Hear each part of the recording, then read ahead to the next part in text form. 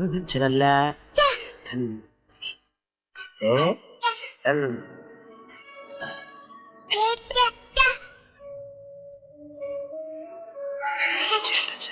നിന്നെ അല്ല ഏത് പെണ്ണെ ഞാൻ കെട്ടിയാലും എനിക്ക് ഇവിടെ നഷ്ടപ്പെടും.